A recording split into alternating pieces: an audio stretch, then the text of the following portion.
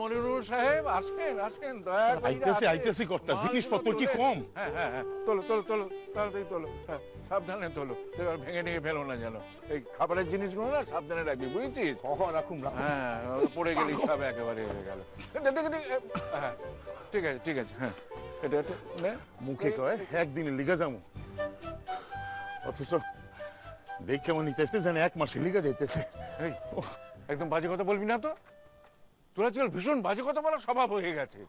হ্যাঁ, কত বুঝি সুঝি মেয়েটাকে যাওয়ার জন্য রাজি করালুম, তোর কথা শুনে আমার মেয়েটা যদি অশান্তি করে, আর একবার যদি অশান্তি করে না, তাহলে আর কর্তা মানে কি বলবো, আমার সব পণ্য হয়ে যাবে।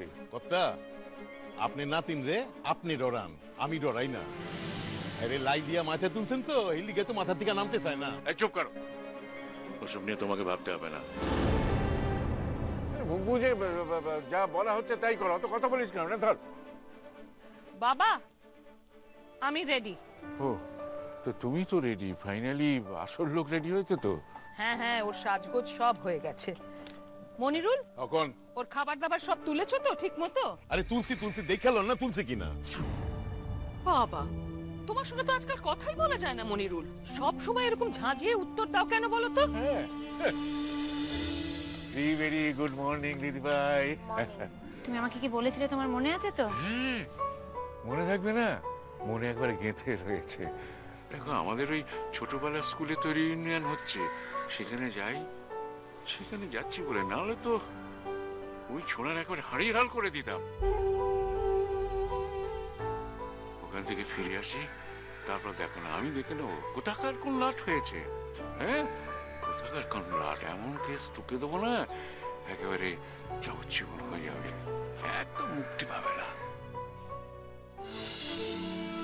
তুমি আমার সঙ্গে ইয়ার্কি করছো নাকি দাদু ভাই? ইয়ার্কি? আমি তোমার সাথে? এটা কি কোনো ইয়ার্কি করার মতো ম্যাটার নাকি? না না না না, আমি তোমার সাথে ইয়ার্কি করছি না। আসলে আমি শুনেছি ব্যাপারটা, মানে তোমাদের ওই জন্মদিনের পার্টিতে একটু জোরে গান হচ্ছিল, আর সেটা তোমরা এনজয় করছিলে, আর তাতে তো ওই ছেলেটির কথাবার্তা বলতে অসুবিধা হচ্ছিল। তখন সে ওয়েটারকে ডেকে ওই জোরে গানটা একটু কমাতে বলে, তারপরেও গান বাজনা ওই রকম লাউডভাবেই বেজে চলেছে। তারপর তোমাকে সে বলে, তোমাকে বলার পরে সেই গান বাজনাটা একটু আবার বেড়ে গেল,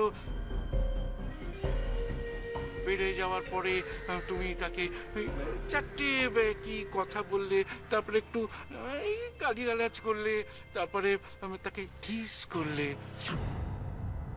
তখন সে রেগে গিয়ে তোমার গালে একটা চড় বসালো।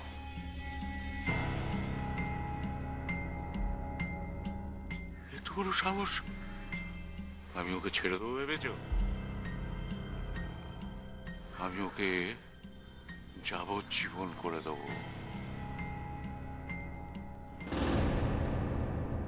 এত সহজে আমি ব্যাপারটা ভুলে যাব না। ও এমন একটা কাজ করেছে যেটা সারা জীবনে কেউ করার সাহস পায়নি। আমার ইচ্ছে করছিল কি, আমি ওকে খুনই করে ফেলতাম। আম্মু আম্মু চুপ করো, কথা তো কইছেন ওই পোলাটারে আইসা জব্দ করতে। আমরা একটু ঘুরে আসি, তাই না কথা? তাই তো আসলে জানো তো, তুমি তো কোনোদিন গ্রাম দেখোনি। তোমার দাদু ভাই গ্রামের কোন স্কুলে থাকতো, কোন স্কুলে পড়াশোনা করতো, সেসব কি একবার দেখে আসবে? হ্যাঁ, কিন্তু আমার যদি এই গন্ডগায়ে থাকতে ইচ্ছে না করে?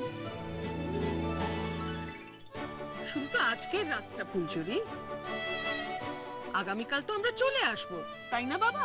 হ্যাঁ, তাও মিত্রদের সঙ্গে এত বছর বাদে দেখা। তোদের পরিবারের লোকেরাও তো সেখানে আসবে, তা ওরা কি আমাকে এতদিন বাদে ছেড়ে দেবে? আমাদেরও থাকতে বলবে। মিত্র কি সামথিং, সৌরনীল মিত্র। মিত্র?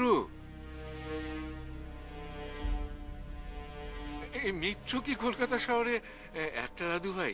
কত রয়েছে। চলো চলো তাড়াতাড়ি যাই, নাহলে আমরা পৌঁছতে পারবো না।